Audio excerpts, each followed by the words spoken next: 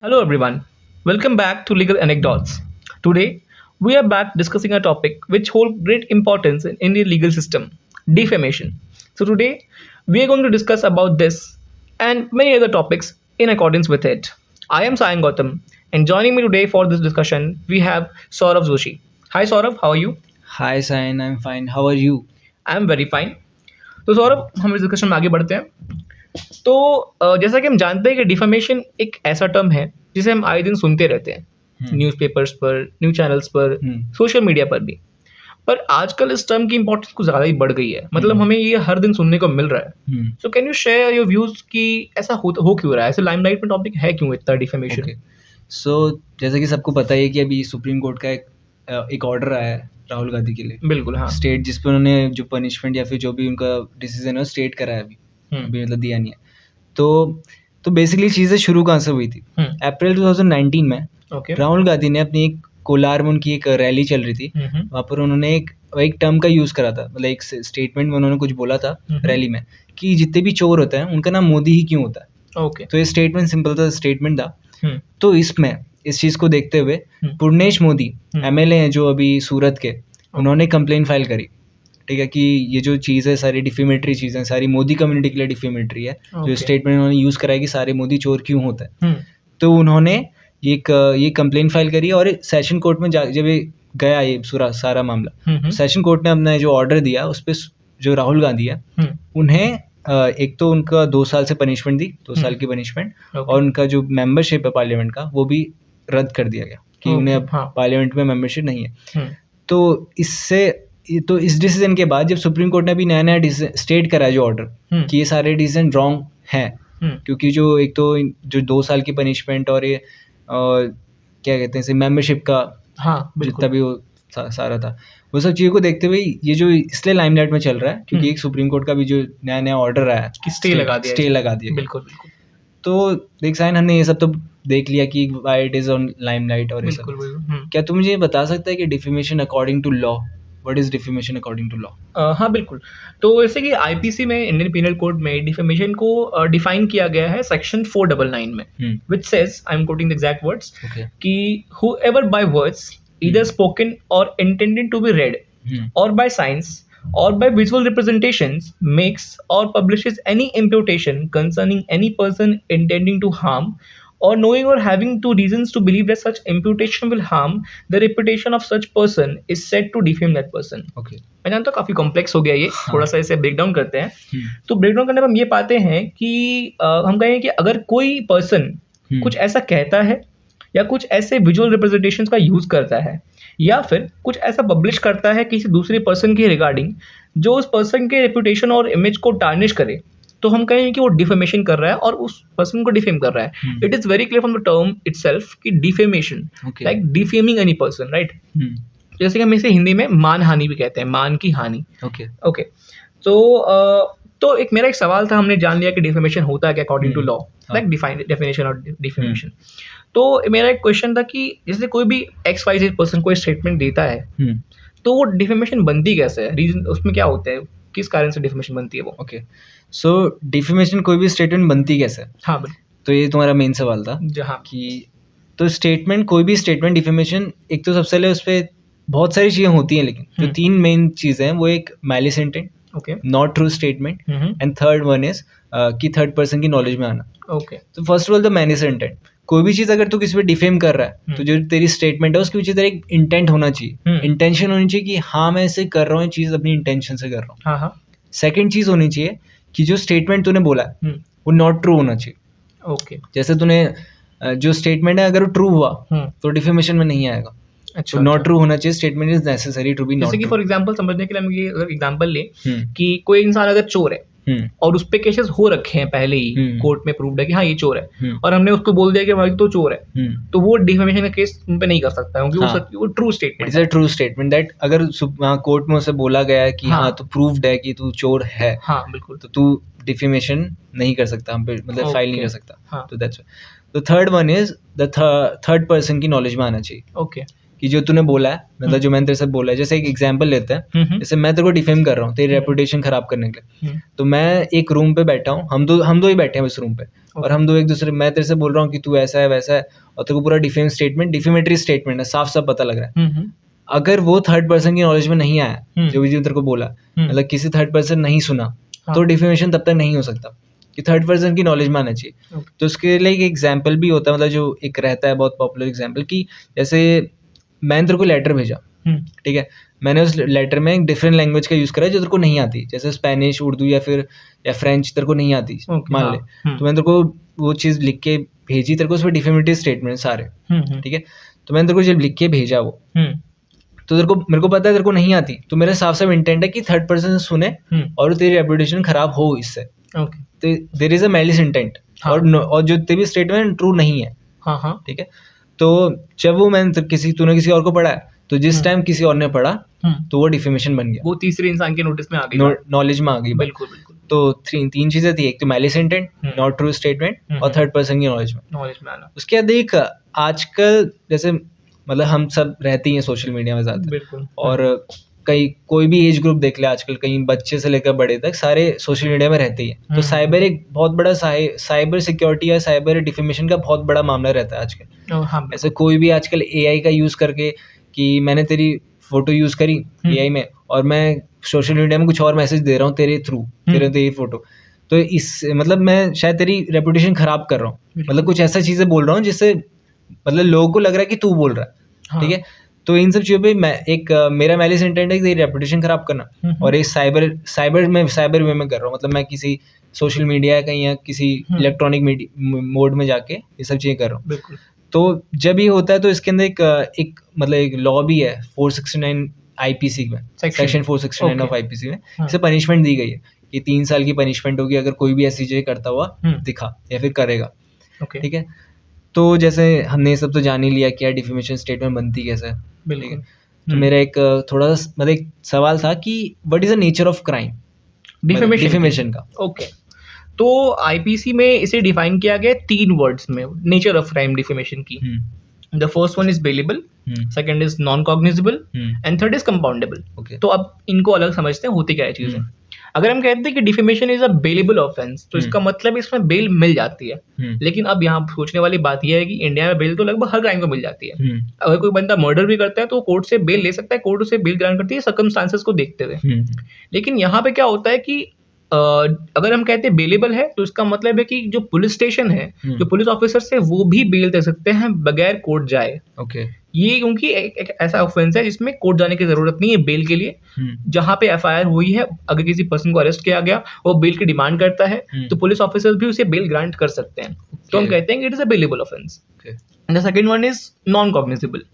इसका मतलब हम यहाँ पे ये समझते हैं कि अगर किसी पर्सन के खिलाफ FIR हुई है कि इस पर्सन ने मेरे को डिफेम किया है, तो उसे पुलिस को अरेस्ट करने के लिए वारंट की जरूरत होगी।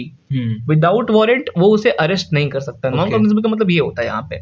ऐसे बहुत सारे सीरियस ऑफेंस होते हैं जिन पे आप विदाउट वारंट भी अरेस्ट कर सकते हैं। अगर कोई इंसान कुछ ऐसा सीरियस क्राइम करके आया, तो अगर आपको खतरा है कि हाँ वो भाग जाएगा, फिर वो एविडेंस कंटामिनेट कर देगा, तो बिना वारंट भी अरेस्ट हो सकता है। लेकिन डिफेमेशन में क्या होता है कि वारंट बहुत जरूरी है, उसके बिना अरेस्ट नहीं हो सकता। थर्ड वर्ड आता है कंपाउंडेबल। कंपाउंडेबल का मतलब यहाँ पे हम ये समझते हैं कि आउट ऑफ कोर्ट सेटलमेंट यहाँ पॉसिबल है।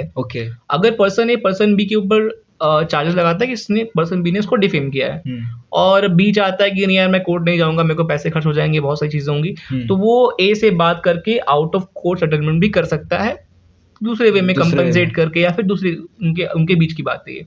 तो कोर्ट जाए बिना भी यहाँ पे बात खत्म हो सकती है। तो इनका मतलब ये होता है, this is nature of crime of defamation. तो जैसे कि अब हम जान गए कि डिफेमेशन नेचर ऑफ क्राइम क्या होता है, लॉ में क्या डिफाइन किया गया, और बहुत सारी चीजें। तो एक और सवाल मेरे दिमाग में आ रहा है सौरभ की, डिफेमेशन जो होता है ये एक सिविल रॉन्ग है या क्रिमिनल रॉन्ग है? तो ठीक है, तो डिफेमेशन जो क्राइम है, हाँ, तो एक ये दोनों मतलब सिविल और क्रिमिनल दोनों रॉन्ग है।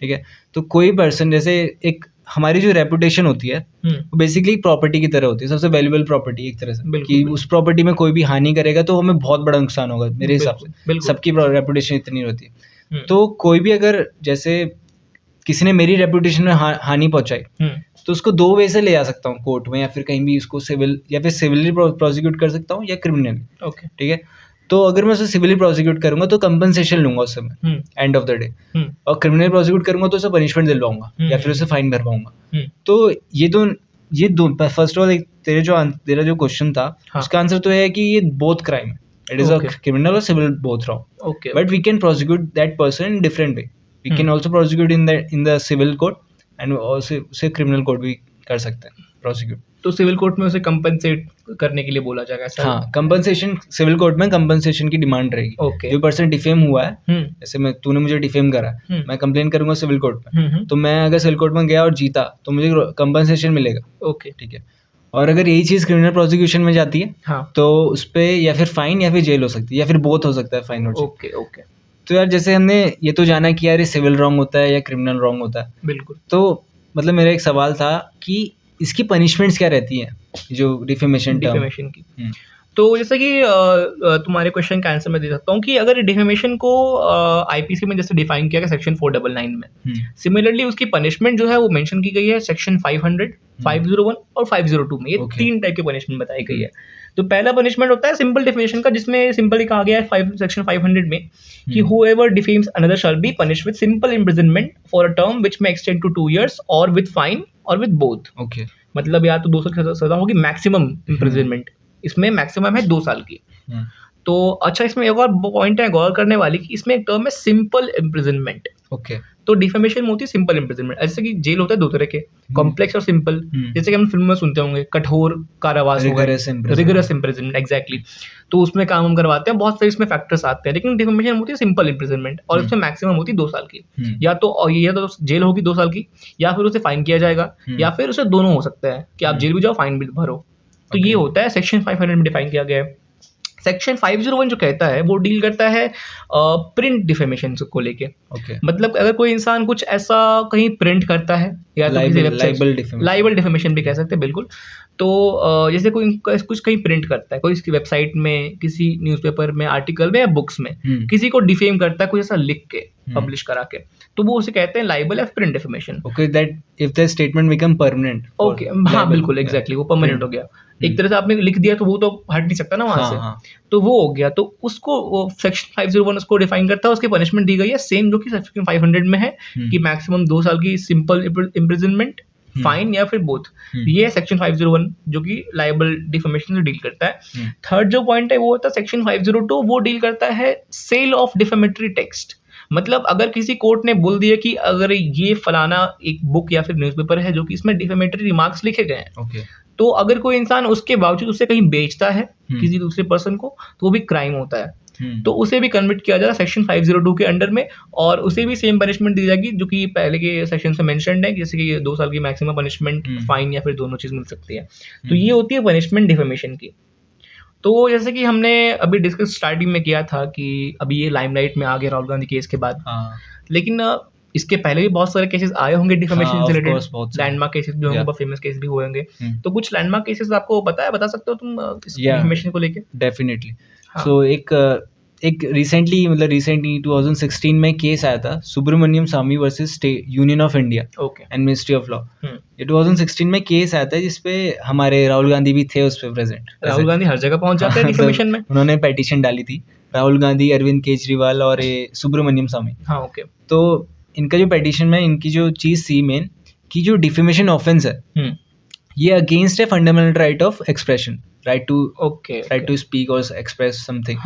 इसके जो ये अगेंस्ट में जो ऑफेंस है कि सब ये रोकता है। लेकिन बाद में सुप्रीम कोर्ट ने इस पे डिसीजन दिया कि नहीं ऐसा कुछ नहीं है, ये डिफेमेशन जो ऑफेंस है इसका अलग है, और जो तुम बोल रहे हो freedom of speech and expression उसका अलग है। तो इस केस में तो ये सुप्रीम कोर्ट ने आखिरी में ये बोला था कि जो ये सेक्शन 499 है ऑफेंस जिस पे डिफेमेशन का दिया गया है वो सही है, उस पर कोई खराबी नहीं है, और वो अगेंस्ट नहीं है, हाँ, किसी के अगेंस्ट नहीं।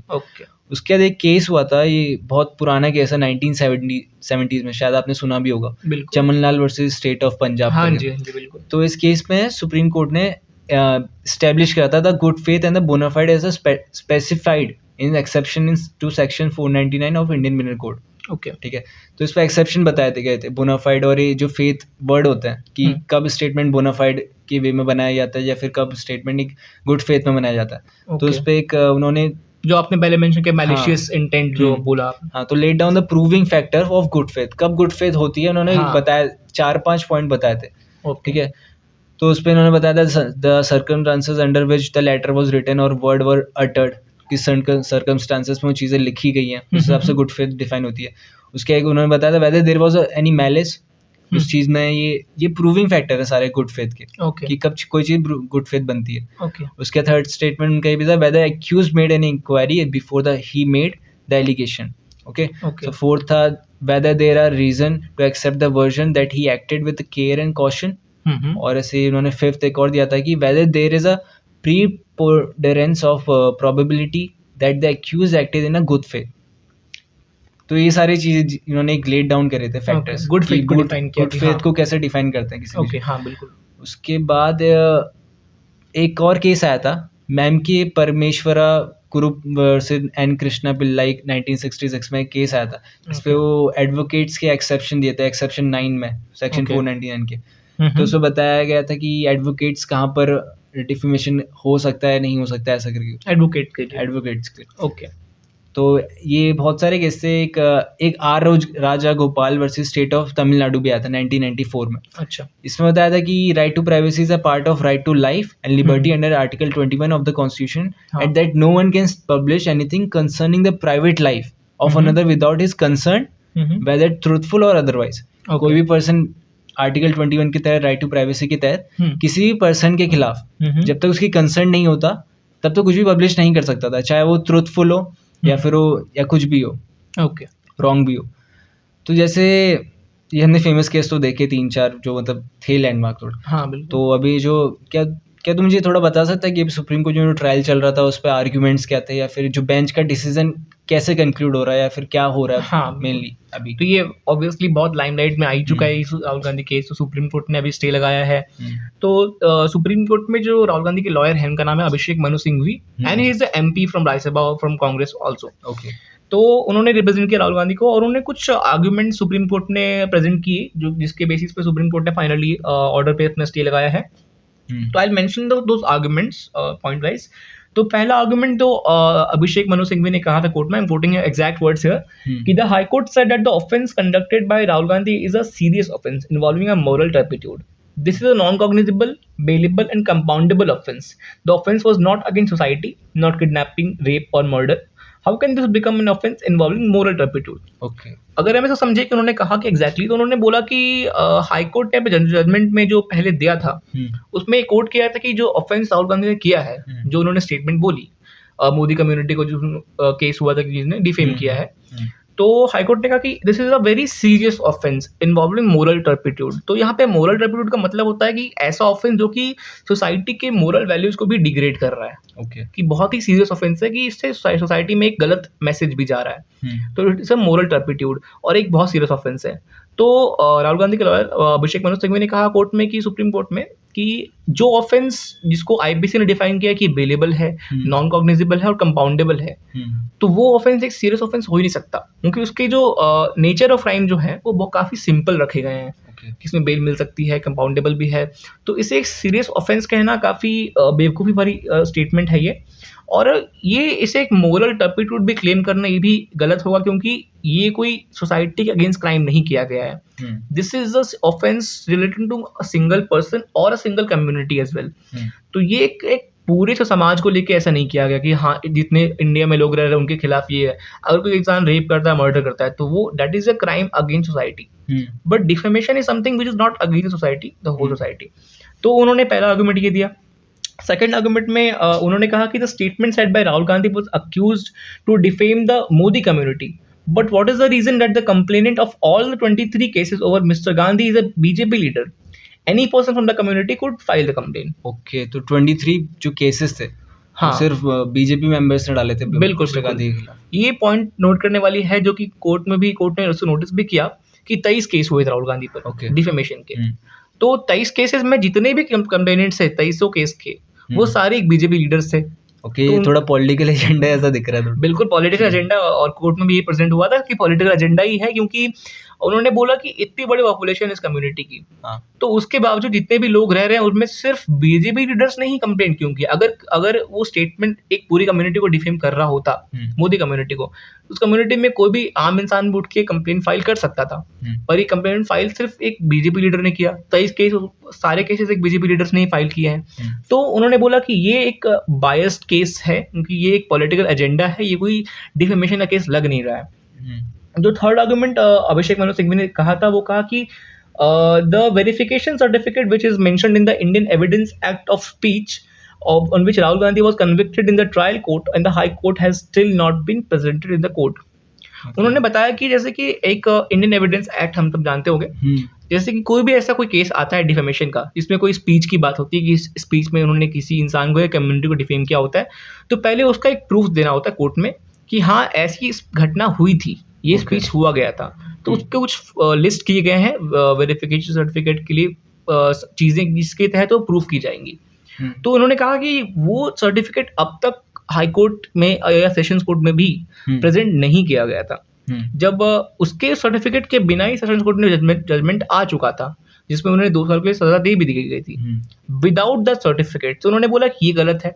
जब हाई कोर्ट ने सर्टिफिकेट डिमांड किया, तो जो पूर्णेश मोदी थे जिन्होंने कंप्लेंट फाइल की थी, उन्होंने मतलब कि इसके अगेंस्ट में खुद अपने कंप्लेंट के अगेंस्ट में स्टे लगवा दिया। जिसके बाद उन्होंने बोला कि the facts I am not ready with the proofs yet, और उन्होंने स्टे लगवा के उसके बाद उन्होंने टाइम लिया और बाद में जाके मतलब कि एक तीसरे इंसान को ले आए और बोले कि ये इंसान वहाँ प्रेजेंट थे उस स्पीच में जब राहुल गांधी ने स्टेटमेंट दिया, जिस इंसान का नाम ना पहले चार्जशीट में था ना एफआईआर में था। तो उन्होंने ये बोला कि अचानक से तीसरा इंसान प्रकट हो गया। तो that is the argument of Singhvi साहब। तो उन्होंने एक लास्ट आर्गुमेंट और दिया कि Rahul Gandhi was convicted under section 171G of the IPC which says कि अगर कोई इलेक्शन के टाइम में कोई लीडर दूसरे लीडर को अक्यूज कर रहा है किसी बात को लेके, उसे डिफेम कर रहा है, तो वो इससे डील करता है। तो उन्होंने बोला कि ये जो सेक्शन है ये ना तो एफआईआर में मेंशन किया गया था, उन्हें बस सेक्शन 499 के अंदर अक्यूज किया गया था डिफेमेशन का, ना कि सेक्शन 171G। लेकिन सेशंस कोर्ट ने इसमें भी मतलब कि इस सेक्शन के अंदर भी कन्विक्ट किया राहुल गांधी को। तो हाई कोर्ट ने भी बोला कि ये जो सेक्शन था ना तो कंप्लेनेंट ने फाइल किया था, ना ये सेशन कोर्ट का केस था, मतलब ये मेंशन ही नहीं था। उसके बावजूद तो राहुल गांधी को कन्विक्ट किया गया। तो दिस क्लियरली स्टेट्स कि ये थोड़ा सा बायस्ड जजमेंट है और ये ऐसा जजमेंट नहीं आना चाहिए था हाई कोर्ट की तरफ से भी। तो इन सारे पॉइंट्स पे सुप्रीम कोर्ट ने गौर किया और फाइनली इस जजमेंट को जो सेशंस कोर्ट और हाई कोर्ट का जजमेंट था उस पे सुप्रीम कोर्ट ने स्टे लगा दिया। और ये सुप्रीम कोर्ट की बेंच ने एक स्टेटमेंट भी दिया कि जैसे राहुल गांधी का जो इलेक्टोरल बेस बहुत बड़ा है, वैसे ये देखा जाए तो कि उनके रिप्रेजेंटेटिव वो बहुत बड़ी जनता को रिप्रेजेंटेट करते हैं किसी जगह से। तो उसको देखते हुए जो जितने भी ये पार्लियामेंट का जो उनका मेंबरशिप कैंसिल करना, ये सब एक रॉन्ग डिसीजन था जहाँ तक है, क्योंकि वो एक पूरी उन सब लोगों की आवाज़ को दबा रहा है। तो एक तरह से देखा जाए तो उन सब लोगों की आवाज़ को दबा रहा है और ये सही डिसीजन नहीं था एक तरह से। हाँ बिल्कुल, और सुप्रीम कोर्ट में बेंच ने ये क्लियरली मेंशन किया कि Rahul Gandhi is elected representative of Wayanad. तो वो देखा गया कि अगर उनकी मेंबरशिप को खत्म किया जा रहा है तो that is the injustice for the people of Wayanad who elected him, right. उनकी आवाज को पार्लियामेंट में उठाने का जो रिस्पॉन्सिबिलिटी है राहुल गांधी के पास है, और अगर उन्हें हटाया जा रहा है पार्लियामेंट से तो ये एक उनकी आवाज को दबाया जा रहा है। बिल्कुल सही। तो यार जैसे कि हमने डिस्कस किया डिफेमेशन के बारे में, तो हमने जैसे कि डिफेमेशन वर्ड हम सुनते हैं तो उसके साथ साथ और भी कई सारे वर्ड्स हमें सुनने को मिलते हैं, just like sedition and treason. तो थोड़ा सा कोरिलेशन जरूर है आज या फिर आज के डेट में बनाया जा रहा है, तो इस पे क्या व्यूज हैं आपके? तो जैसे डिफेमेशन, सेडिशन, ट्रीजन, ये जो 3 वर्ड्स हैं, हाँ। जो बहुत एक देखा जाता है कि लोग इन्हें आजकल कनेक्ट कर रहे हैं हर जगह से। बिल्कुल। जैसे defamation is for a particular reputation of a person और अ कंपनी, और जो एक रिप्रेजेंट कर रहा है बहुत बड़े एक कम्युनिटी, हाँ, reputation. Okay, so and the sedition is जब तुम गवर्नमेंट के खिलाफ कुछ बोलते हो कि उन्हें ओवरथ्रो करने के लिए। ओके, तो it is just for government sedition, कि कोई इंसान बोल रहा है और उससे पब्लिक पीस में कुछ प्रॉब्लम आ रहा है, पब्लिक ऑर्डर पे। ओके, ठीक है। तो वो चीज़ सेडिशन के अंदर आती है, जो कि आजकल गवर्नमेंट हर स्पीच में, हर चीज़ में ये लगा रही है आजकल, जो भी उनकी अपोजिशन। हाँ, बिल्कुल, कि यहाँ तुमने ऐसा बोला हमारे खिलाफ, तो तुम ये सेडिशन है, या फिर ट्रीजन कर दिया। ट्रीजन में क्या होता है कि वो कंट्री देशद्रोही है, मतलब हाँ। कंट्री से मतलब पूरा कंट्री से अपोजिशन में हो, बिल्कुल। ऐसा दिखाया जाता है आजकल। बिल्कुल। और सेडिशन और ट्रीजन को बहुत आजकल कोरिलेट करा जा रहा है कि जो इंसान गवर्नमेंट के खिलाफ बोल रहा है वही ट्रीजन भी कर रहा है, कि वही वो पूरे देश के खिलाफ बोल रहा है, ऐसा करके दिखाया जा रहा है बहुत जगह पे मीडिया। और so defamation, treason and seditions: defamation for reputation of a particular person or company, sedition for government, and treason for a whole country, whole sovereignty. हाँ, okay. तो जैसे कि अभी जैसे कि मेरा इसमें एक और व्यू है कि जैसे हम लोग देखते हैं कि आजकल जैसे आपने बोला कोरिलेट किया जा रहा है सेडिशन और ट्रीजन को, कि जो भाई गवर्नमेंट के खिलाफ बोल रहा है उसे बोलते हैं कि तुम देशद्रोही हो। मीडिया इसमें बहुत रोल प्ले कर रही है, एक लीड रोल। तो उसमें सीन क्या होता है कि अभी पहले ऐसा होता था कि सेडिशन और ट्रीजन को एक ही माना जाता था। कब की बात है, थोड़ी सी मैं हिस्ट्री में लेना चाहूंगा आपको कि पहले क्या था, जब डेमोक्रेसी वर्ल्ड में नहीं आई थी, बहुत कम कंट्रीज में थी और हर जगह मोनार्की सिस्टम थी, राजा हुआ करते थे और प्रजा हुआ करती थी। तो वहां पे जरूर देखा गया था कि सेडिशन और ट्रीजन ये दोनों एक जैसे होते थे कि अगर आपने कोई इंसान ने अगर राजा के बारे में कुछ बोला है तो मानते थे कि भाई तुमने राजा को बोला है तो तुमने देशद्रोह किया है। तो जैसे कि सेडिशन का मतलब होता है राजद्रोह और ट्रीजन इज देशद्रोह। तो उस टाइम पे ये दोनों एक होते थे। लेकिन जब से डेमोक्रेसी आई है वर्ल्ड में, तो लोग अपने इलेक्ट करते हैं रिप्रेजेंटेटिव को, तो उनको मानना कि भाई आप कंट्री हो, that's bifurcation is there in democracy, like the ruler is different and the country is different, अलग अलग रूल्स होते हैं उनके। आजकल भी ऐसे बहुत सारी कंट्रीज जैसे नॉर्थ कोरिया और हाँ बिल्कुल चाइना, इन सब में चलता है सब। हाँ, क्योंकि यहाँ डेमोक्रेसी नहीं, डिक्टेटरशिप है। तो वहां पे क्या होता है, अगर आपने बोला सुप्रीम लीडर के अगेंस्ट कुछ बोला तो वो आप उन लोग बोलते हैं कि यार आप ट्रीजन कर रहे हो।